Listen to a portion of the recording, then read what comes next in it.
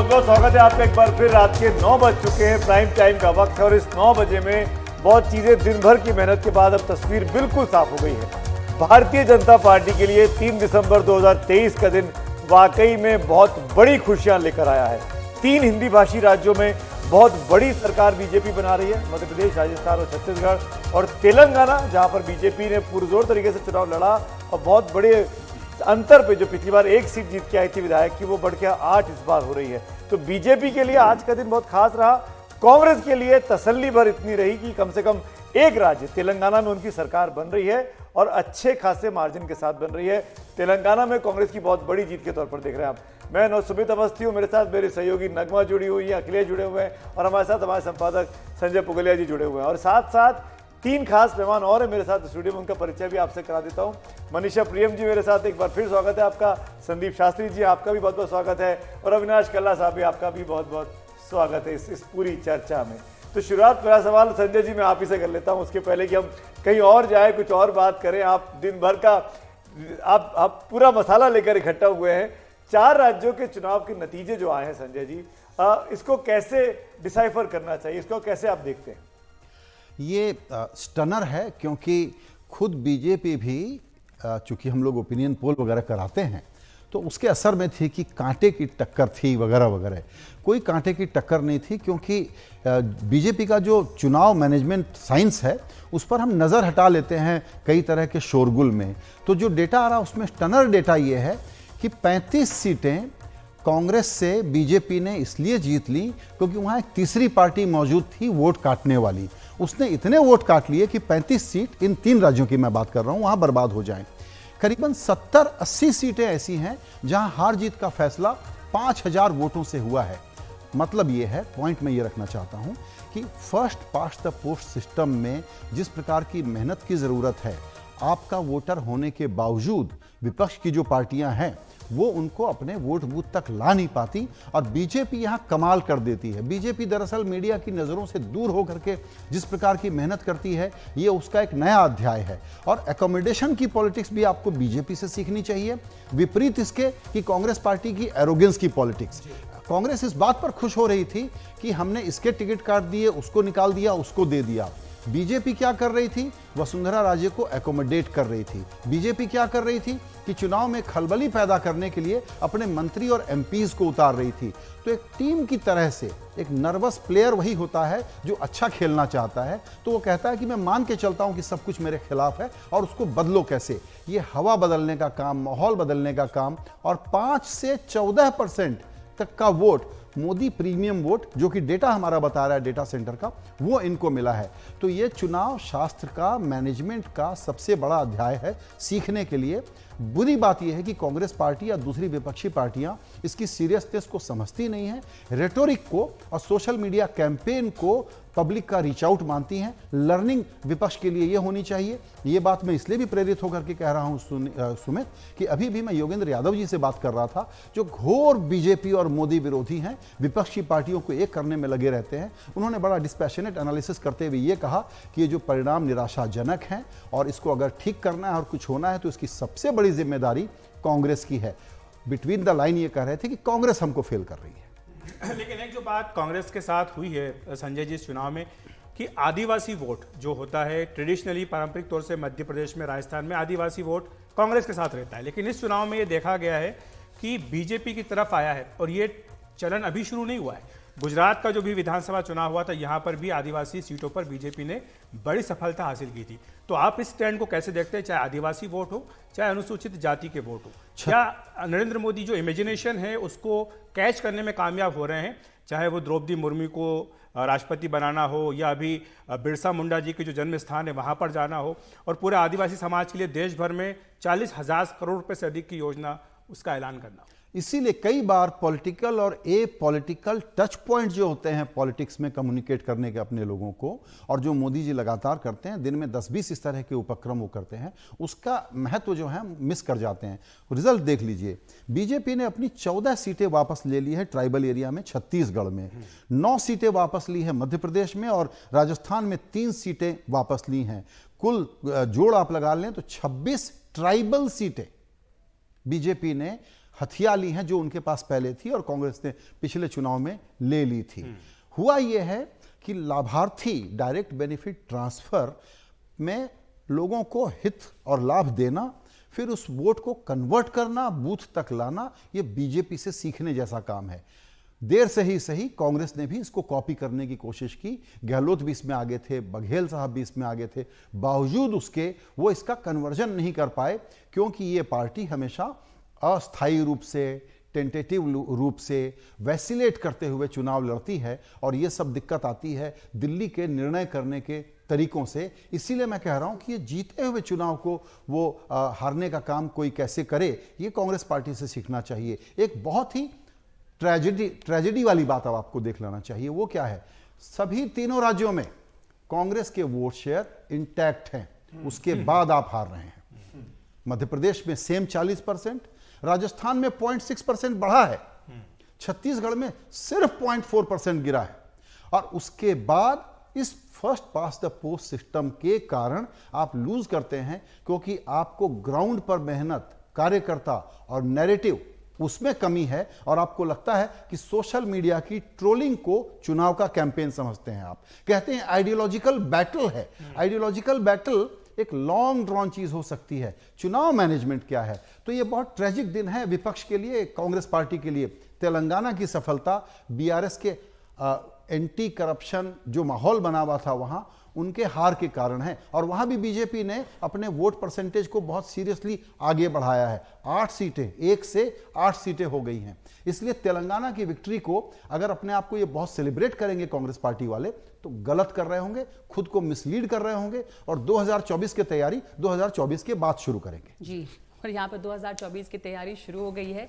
प्रधानमंत्री मोदी जैसे ही आए संजय, उन्होंने सबसे पहले तो यही कहा कि इसकी गूंज तेलंगाना तक सुनाई देनी चाहिए इस जीत की, और साथ ही उन्होंने कह दिया कि 2024 के लिए हैट्रिक की गारंटी हो दे दी है इस हैट्रिक ने। जो ट्राइबल वोट की बात हो रही थी, मनीषा जी उसमें आप जोड़ना चाह रही हैं, वो ग्राफिक एक बार फिर हम दिखाना चाहते हैं। लेकिन महत्वपूर्ण बात है, देखिए छत्तीसगढ़ में जहाँ की बहुत महत्वपूर्ण है ट्राइबल पॉपुलेशन, कांग्रेस के नेता कवासी लखमा, आप देखिए कितने वोटों से वो जीतते हैं, बहुत ही छोटा मार्जिन होता है। और ना पूरे चुनाव प्रचार में ये भूपेश बघेल जो छत्तीसगढ़िया लगता था उनका राज्य है, कहीं भी ये नहीं दिखा कि एक विस्तृत राज्य था जहां की समग्र जिम्मेवारी होनी चाहिए थी। इसके अलावा कांतिलाल भूरिया जो कि कांग्रेस के ट्राइबल नेता थे मध्य प्रदेश में, आप देखिए चुनाव कैंपेन में आपने केवल सुना, आज तो मुझे कुछ लोगों ने कह दिया कि जय वीरू की जोड़ी, मैं वैसी मजाक नहीं करना चाहती, लेकिन मैं कहूं कि कमलनाथ जी और इधर से दिग्विजय सिंह जी, कांतिलाल भूरिया का इतना महत्वपूर्ण रोल था। इतनी सारी सीटें छत्तीसगढ़ और मध्य प्रदेश मिला के लगभग 85 ट्राइबल सीटें थी। उसके साथ आप आइए यहाँ, तो यहाँ बीटीपी और बाप पार्टी दोनों पार्टियां थी। आप गहलोत साहब के साथ किस आदिवासी नेता को आपने देखा? कांग्रेस के जो पूरे कैंपेन को मैंने फॉलो किया specially with a tribal lens, और मैंने पाया कि केवल वर्बल जिसको कहते हैं ना शास्त्रार्थ, और वो भी अपने मन में, ये आदिवासी को मूल निवासी कहते हैं, उसको वो कहते हैं। आदिवासी जो व्यक्ति है या महिला है उसको इन मामलों से कोई लेना देना नहीं है। उसकी जिंदगी में रोजमर्रा की जिंदगी जो है वो बहुत ही कठिन जिंदगी है, कैसे स्कूल जाऊं। और मैं आपको साथ साथ बताना चाहती हूं कि एक जुझारू आईएएस अफसर जो एक तरह से ऑर्फन थे, उसको उठा करके आदिवासी इलाकों में उन्होंने बहुत काम किया छत्तीसगढ़ में। आज मुझे बताया गया कि ओम प्रकाश चौधरी की अभूतपूर्व जीत हुई है छत्तीसगढ़ में। तो ट्राइबल इलाकों में काम करने वाले सिविल सर्वेंट्स पे भी जबरदस्त पकड़ भाजपा की।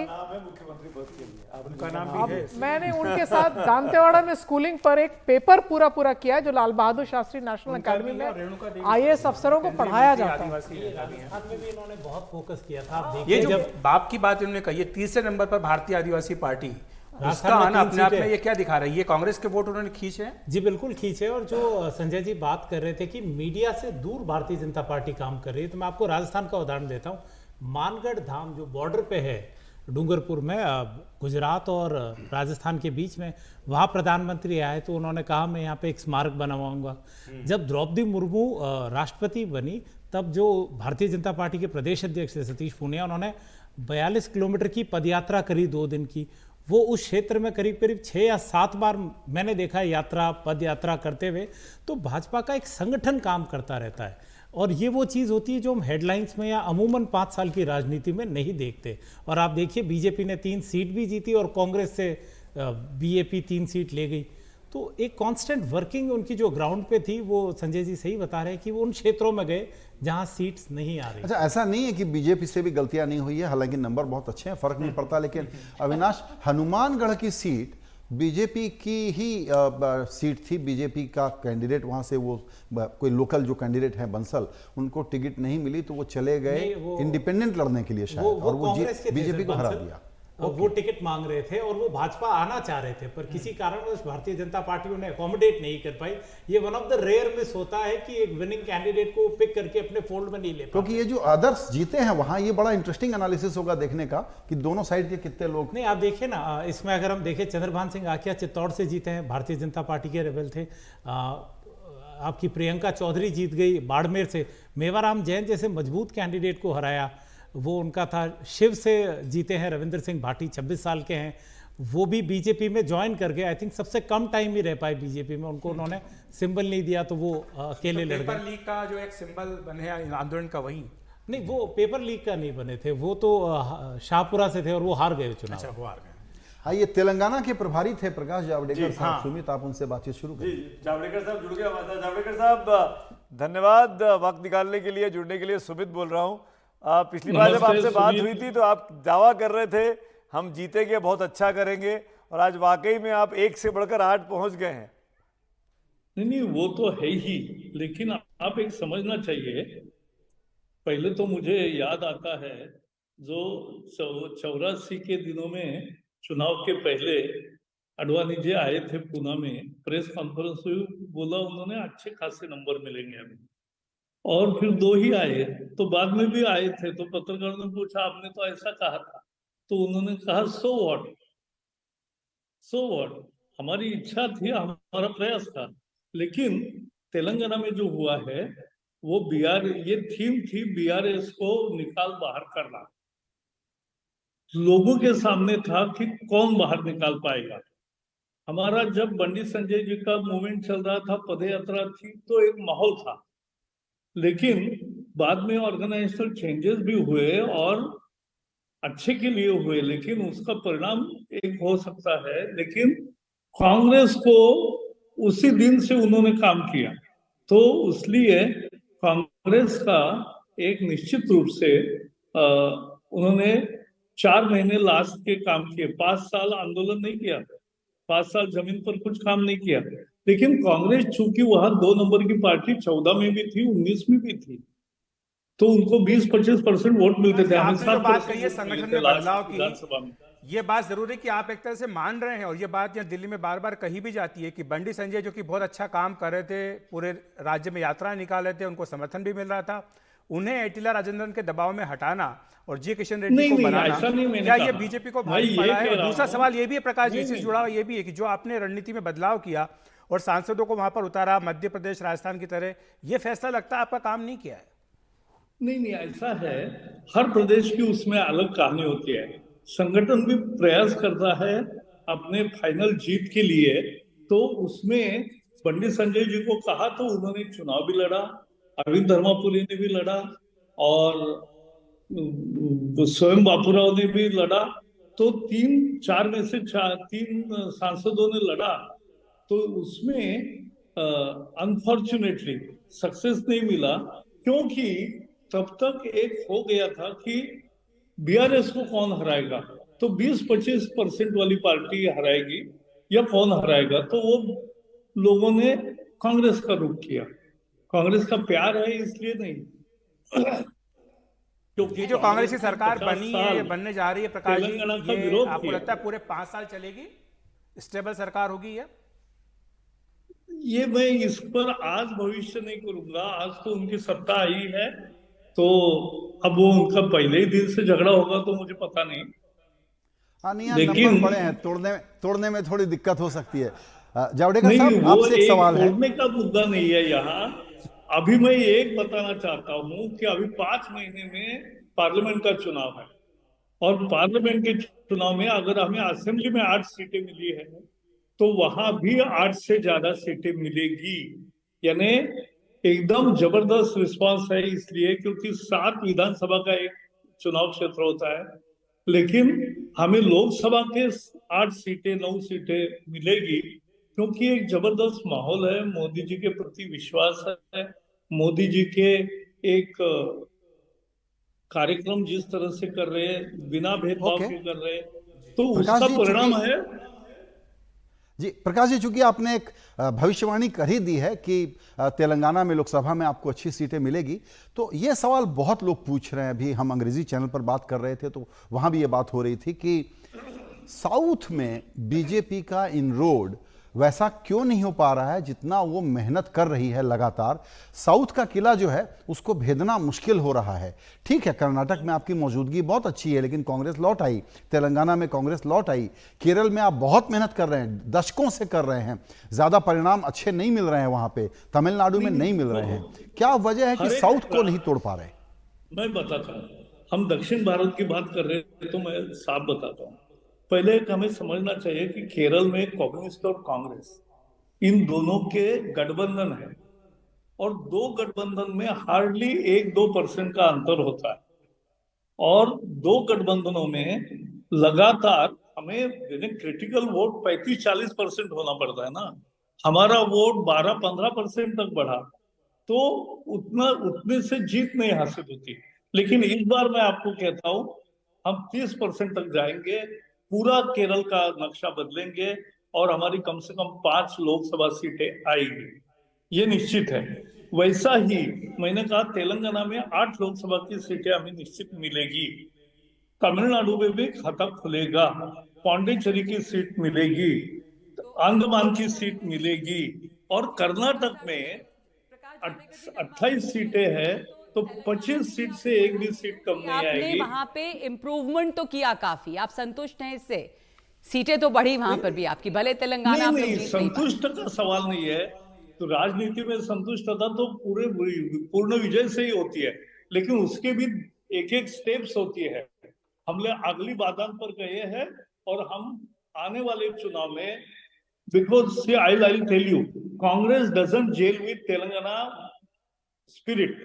तेलंगाना पर कांग्रेस ने 50 साल अन्याय किया, उसको स्थापना में 50 साल देरी लगाई, और उससे ज्यादा 1500 लोगों का जो बलिदान हुआ, उसके लिए कांग्रेस जिम्मेवार है। और इसलिए कांग्रेस इस बार एक अपरिहार्य, यानी बीआरएस को हटाना इसलिए लोगों ने दिया, लेकिन ये 1 टर्म वंडर है, ये मैं आपको बताना चाहता हूं, और अगली बारी हमारी होगी। चलिए, धन्यवाद बहुत बहुत आपका। अगली बारी आपकी बहुत होगी, और आपने कह दिया ये 1 टाइम वंडर है कांग्रेस, चूंकि बीआरएस को हटाना था इसलिए कांग्रेस जो एक नेचुरल चॉइस बन गई वहां पर। साउथ में क्यों नहीं बीजेपी अभी तक उस साउथ के किले को भेद पा रही है, इस पर हम चर्चा ब्रेक के बाद भी करेंगे। इस समय एक ब्रेक ले रहे हैं।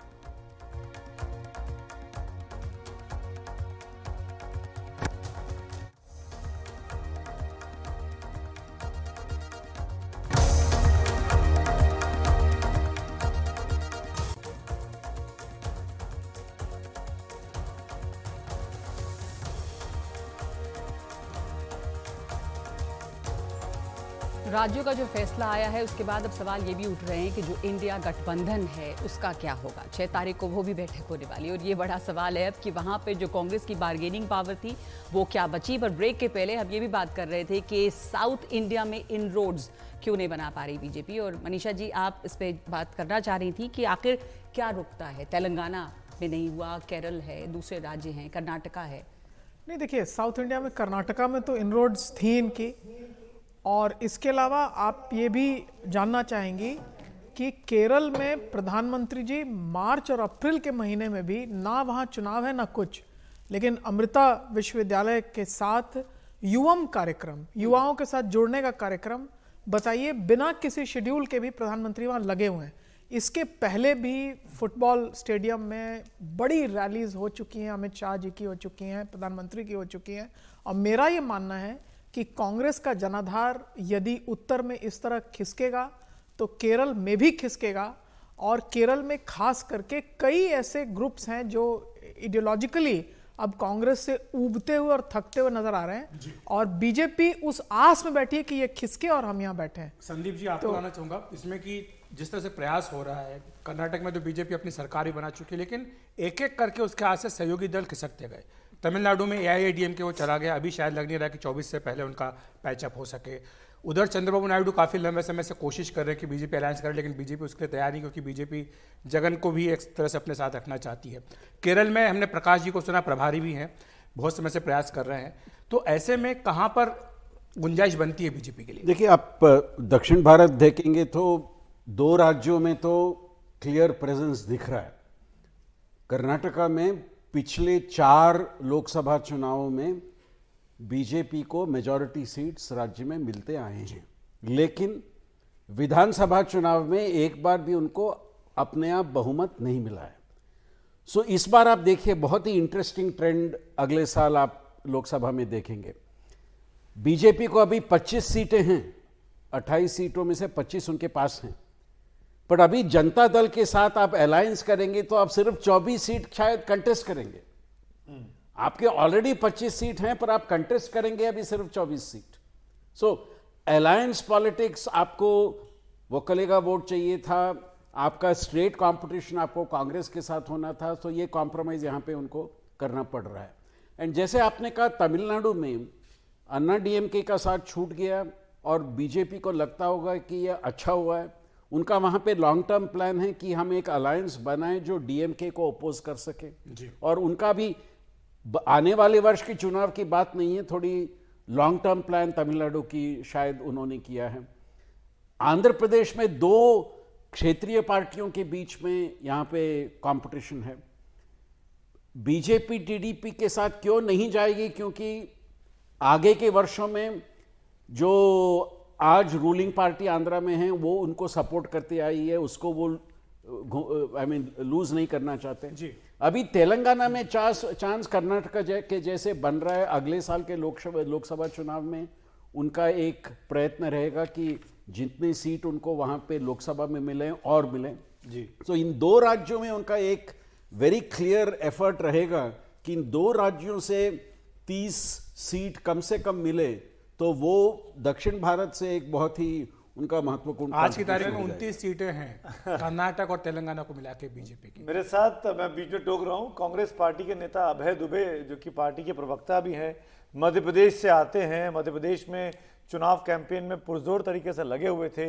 कमलनाथ जी के साथ पूरी कंधे से कंधा मिला के चुनाव लड़ने की तैयारी कर, चुनाव लड़ा उन्होंने।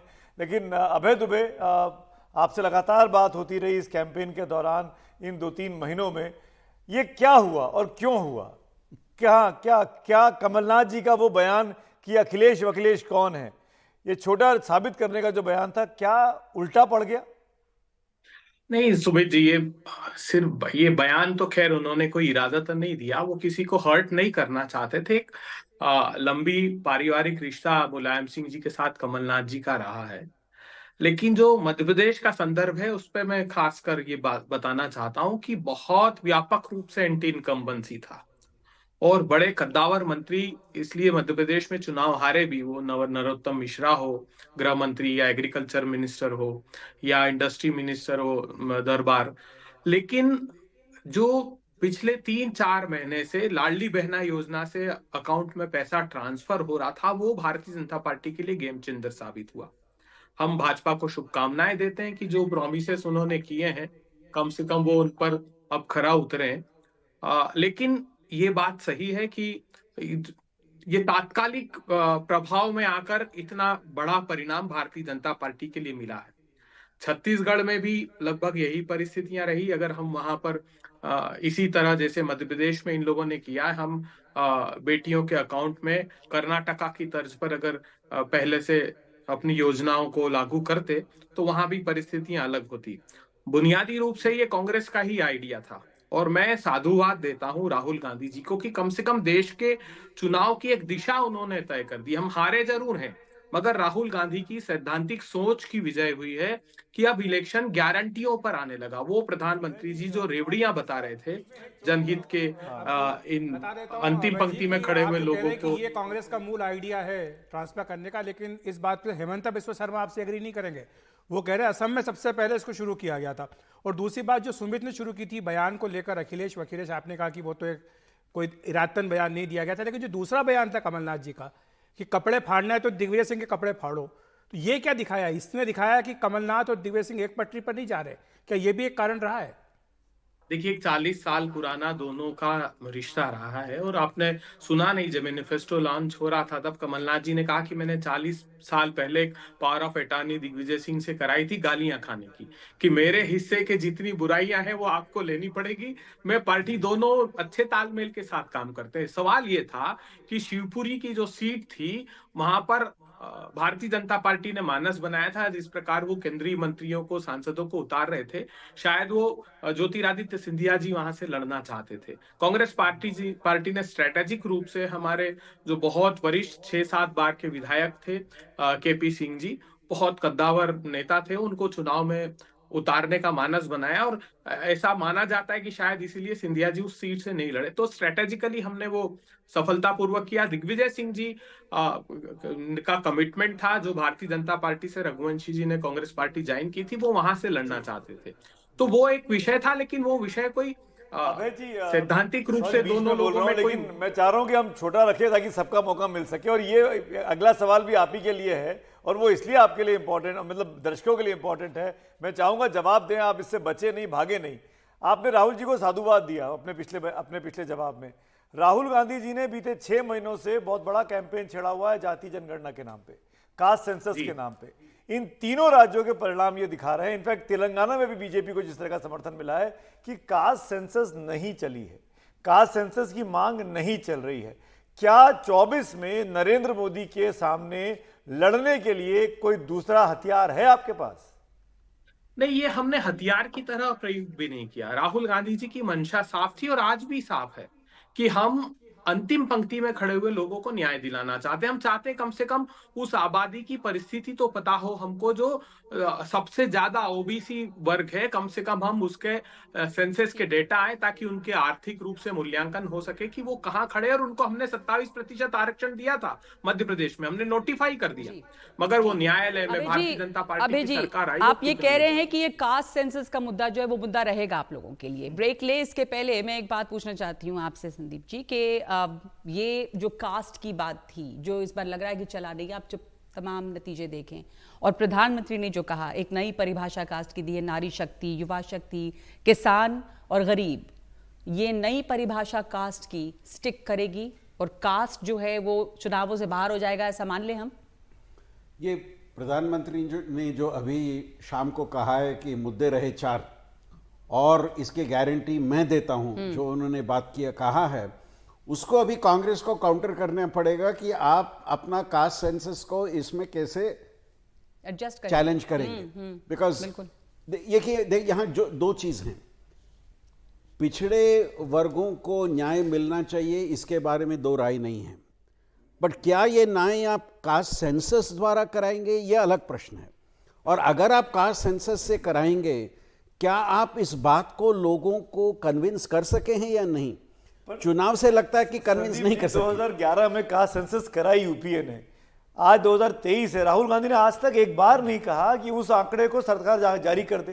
क्यों नहीं करवा रहे जारी? अगर कास्ट सेंसस इतना ही बड़ा मुद्दा है उनके लिए, आपकी अपनी सरकार के कलेक्ट किए हुए आंकड़े हैं, मनमोहन सिंह प्रधानमंत्री थे तो राहुल गांधी कह सकते थे नरेंद्र मोदी से कि कास्ट सेंसस के आंकड़े जारी कर दिए, आपके पास है, उसके डिमांड नहीं कर रहे हैं। मैं तो उन परिवारों में से हूं जहां मंडल की जो पूरी किताब थी वो लिखी गई होगी। मुझे ये लगता है कि एक कॉन्टेक्स्ट होता है किसी चीज़ का, तो मंडल की रुई जो है धुनिया की तरह धून धून के आज भी उस बिहार में आप हाथ लगाइए तो जो एक बेसिक दिक्कत है वो वहाँ ये है कि किसी तरह का रोजगार नहीं है।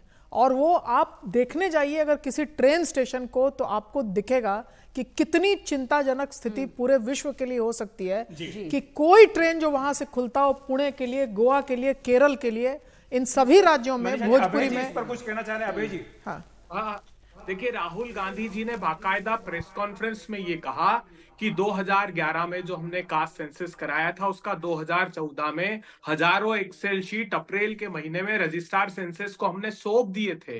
वो मोदी सरकार जारी करे। मोदी सरकार ने नीति आयोग के उपाध्यक्ष अरविंद परागरिया की एक कमेटी बनाई थी, न तो उसके कोई मेंबर बनाए, न 5 साल तक एक मीटिंग की। ये सुप्रीम कोर्ट में एफिडेविट देकर उन्होंने कहा, हमने नहीं कहा। तो राहुल गांधी जी ने एआईसीसी में प्रेस कॉन्फ्रेंस लेकर मांग की थी कि कम से कम उसी के डेटा आप जारी कर दीजिए, क्योंकि सरकार हमारी उस समय बदल गई थी, नहीं तो हमारी सरकार रहती तो हम जारी करते। चलिए ठीक है, लेकिन अगर आपके पास सरकारें थी, भूपेश बघेल साहब थे, अशोक गहलोत साहब थे, वो कास्ट सेंसस करा सकते थे अपने अपने राज्यों में, जैसे नीतीश कुमार ने कराई। कर्नाटक का देख लीजिए ना अभय जी, कर्नाटक में जो कर्नाटक में क्या हो रही है, जिसमें कि आपके उप मुख्यमंत्री कह रहे हैं कि नहीं होना चाहिए, तो कर्नाटक में कर दीजिए। अखिलेश जी, सुप्रीम कोर्ट में एफिडेविट दिया मोदी जी ने और कहा कि कास्ट सेंसस कोई नहीं करा सकता।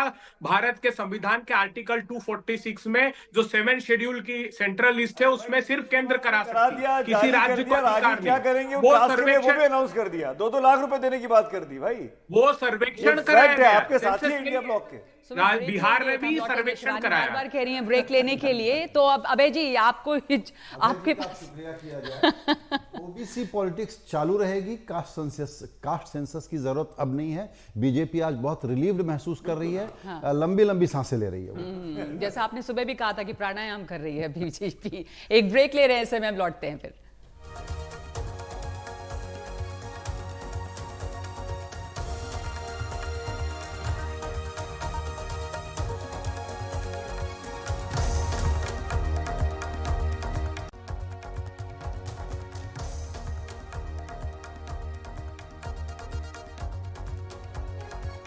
राज्यों का फैसला आप देख रहे हैं। हम लोग दक्षिण भारत की राजनीति के बारे में बात कर रहे थे। मुझे एक याद है, संदीप जी, मेरा सवाल आप ही से है। अभी 1 हफ्ते पहले की बात है, अखिलेश यादव चेन्नई में थे, वहाँ पर वीपी सिंह की स्टैचू का अनवील हो रहा था लोयला कॉलेज में, मुख्यमंत्री स्टालिन साहब मौजूद थे।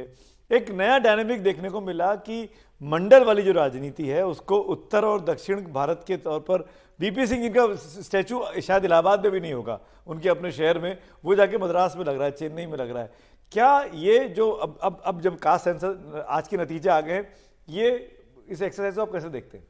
देखिए, आप दक्षिण भारत में देखें, वो तमिलनाडु हो या कर्नाटका हो या आंध्रा हो, ये बैकवर्ड कास्ट पॉलिटिक्स उत्तर भारत से 20 साल पहले शुरू हो गया। बिल्कुल। और ये सब विषय जो आज उत्तर भारत में डिस्कस हो रहे हैं, इनका सब फैसला काफ़ी साल पहले हो गया था दक्षिण में। तो ये जो उन्होंने चेन्नई में किया है अभी, ज़्यादा मुझे लगता है ये उनका वो अलायंस का पॉलिटिक्स के लिए किया है, और उतना उसका उपयोग वो दक्षिण में नहीं कर सकेंगे इस बात, बिकॉज दक्षिण का राजकीय उससे काफ़ी आगे गया है। जो कास्ट सेंसस वाली चीज दक्षिण भारत में चलेगी? कास्ट सेंसस वाला जो जुमला है, ये दक्षिण भारत में चलेगा? नहीं चलेगी सर, नहीं चलेगा। कांग्रेस सरकार जो 2013 और 18 के बीच उन्होंने किया था कास्ट सेंसस, दो अलग चीजें हैं। ओबीसी पॉलिटिक्स रियलिटी है कि नहीं हिंदुस्तान की, एक विषय है। कास्ट सेंसस कराना कि नहीं कराना, वो आपका मैनिफेस्टेशन है, आप करा दोगे, उसके बाद क्या आउटकम होगा। बिना कराए आप क्यों नहीं दे देते हैं अफर्मेटिव एक्शन? मेरा पॉइंट यह है कि ओबीसी पॉलिटिक्स तो डोमिनेट कर रही है, उससे बीजेपी भी इनकार नहीं करती है, बोलती नहीं है, लेकिन जातीय समीकरणों का पूरा ध्यान रखती है। इसीलिए आज दिन भर आपने क्या सुना? एक तरफ बीजेपी के नेताओं से अटैक सुना, लेकिन बार बार ये सुना कि मोदी जी है ना हमारे ओबीसी लीडर, मोदी जी है ना हमारे ओबीसी लीडर। तो ओबीसी कार्ड उनको चाहिए, उनको साबित करना है कि वो ओबीसी की पार्टी है, अति पिछड़ों की पार्टी पहले हैं, ये भी उसको साबित करना। लेकिन कास्ट सेंसस के मुद्दे पर जो दबाव था बीजेपी के ऊपर, वो आज के फैसलों से हट जाएगा। बिल्कुल दबाव हट गया, सेंसस का दबाव हट गया। उन्होंने उसको ये 4 मुद्दों में बदल दिया है। ये 4 मुद्दों जो उन्होंने रखा है, जो 4 जातियां, 4 कास्ट उन्होंने बता दिए, 4 जाति, इसको काउंटर दी कास्ट सेंसस डिमांड। बिल्कुल। देखिए, काफी राज्यों में ये सेंसस जो है वो कब से है। चंद्रबाबू नायडू ने जो माला माडी का कार्ड बीजेपी ने तेलंगाना में खेलने की कोशिश की, 10वीं के रिजल्ट्स के आंकड़े से ये कास्ट सेंसस तेलंगाना में जो आंध्र प्रदेश था, ये मैंने 2005 से 2015 तक नियमित रूप से, एनुअल रूप से देखा है। तो ये कास्ट सेंसस करना कोई नई नवेली बात नहीं है। दक्षिण के राज्यों की जो हम बात कर रहे हैं, उसमें तरह तरह से ये डेटा, यूनिवर्सिटीज में जो बच्चे जाते हैं, कास्ट के आधार पर यूनिवर्सिटीज में वहां पे खाना भी मेस में मुफ्त मिलता है। तो ये आंकड़े दक्षिण के राज्यों में खास करके पुरजोर तरीके से हैं। वहां ओबीसी तक के वेलफेयर कमीशंस हैं, तरह तरह की वेलफेयर पॉलिसीज हैं। ये अगर मामला कहीं हो सकता था तो मध्य प्रदेश और राजस्थान में हो सकता था, जहां आपने देख लिया कि इसका कुछ हुआ नहीं। आखिरी बात मैं कहना चाहती हूँ, वीपी सिंह जी के बिल्कुल उत्तर भारत से और उनको दक्षिण तक ले जाना, उसमें एक ही सोच थी डीएमके की, वो थी कि एंटी कांग्रेसिज्म की पॉलिटिक्स जिसको कि वीपी सिंह ने शुरू किया उसको हम यहां शुरू करें, और इसके बाद इंडिया अलायंस जो उभरेगा उसमें कांग्रेस को मिलकर अखिलेश भैया और हम दबाएंगे। तो अब क्या वो दबाएंगे, अब तो उनको जाके और हमारे इसमें कहते हैं कि पुरसिसिया करना, सांत्वना देना, छोटे भाई को मनाने की बात अब उनको करनी है। VP Singh, long live VP Singh, लेकिन वीपी सिंह अभी जिंदा है, वीपी सिंह का नाम लेकर के वो क्या पुरसिसिया करेंगे। 6 तारीख को इंडिया गठबंधन की बैठक है। अब आज के नतीजों के बाद तो जो कुछ हुआ, क्या होगा उसमें, क्या कांग्रेस का से रहेगा? बहुत सीरियस इंप्लीकेशन है। कांग्रेस जो सोचती थी कि इस बार अगर जीत गए तो वो टेंट पोल की तरह से निगोशिएट करेगी, बार्गेन करेगी, डिक्टेट करेगी, वो मुश्किल हो जाएगा। और अगर कांग्रेस को अब लगता है कि कहीं ग्रोथ होनी है तो रीजनल पार्टियां ये देखेंगी कि ये ग्रोथ बीजेपी की कीमत पर तो होनी नहीं है, हमारी कीमत पर होनी है। तो रीजनल पार्टियां इनके लिए कितना स्पेस क्रिएट करें, जो उनकी सबसे बड़ी आशा थी कि ममता उनको सीट दे दे, अरविंद केजरीवाल भी सीट दे दे, नीतीश कुमार भी सीट दे दे, ये वाला जो समस्या है ये बड़ी समस्या हो गई है। तो इंडिया अलायंस का कोहेजन, उसमें ईमानदारी का रिश्ता और 400 से 450 सीटों पर 1-on-1 कंपटीशन करा पाने की क्षमता, ये बड़ी चुनौतियां हैं। हम अनुमान लगा सकते हैं कि ये बहुत कॉम्प्लेक्स डिस्कशन है जिसको कि इनको आगे बढ़ाने में यहां से इस वर्डिक्ट के बाद इनकी चुनौतियां बढ़ गई हैं। जी संदीप जी, आप इस पे जोड़ना चाह रहे हैं? 400-450 सीट पे उनका अंडरस्टैंडिंग हो भी गया, क्या ग्राउंड लेवल पे वोट ट्रांसफर होगा, वो प्रश्न, ग्राउंड लेवल पे वोट ट्रांसफर होने की गुंजाइश है, वो प्रश्न भी हमें उठाना पड़ेगा। नहीं मिलेंगे आप लोकसभा चुनाव में इतने कम सीटों के साथ, आखिर वो अंतिम व्यक्ति क्यों जाके बूथ पे पिटेगा इतने सारे लोगों से? इनफैक्ट इंडिया गठबंधन की मुश्किल पिछले 2 महीनों से बैठक नहीं हुई है। इंडिया गठबंधन की अगली बैठक होनी चाहिए थी, भोपाल में अनाउंसमेंट किया गया था, कमलनाथ साहब ने मना कर दिया कि नहीं होगी भाई, मेरे पास समय नहीं है, मैं चुनाव में लगा हुआ हूं। कमलनाथ साहब कॉन्फिडेंट थे कि उसके बाद चुनाव के बाद वो बेटर बार्गेनिंग पावर में होंगे, जो कॉन्फिडेंस टूट गया। एक ब्रेक ले लेते हैं इस वक्त और ब्रेक के बाद हम लौटेंगे। एक प्रधानमंत्री ने बहुत महत्वपूर्ण बातें की हैं, उस पर भी टिप्पणी आप सब लोगों से कि आपको क्या सबसे अच्छा लगा इसमें, और एक हमारा फेवरेट क्वेश्चन कि इन राज्यों में मुख्यमंत्री बनेगा कौन, आप लोगों का क्या क्या गेस है। एक ब्रेक के बाद लौटते हैं।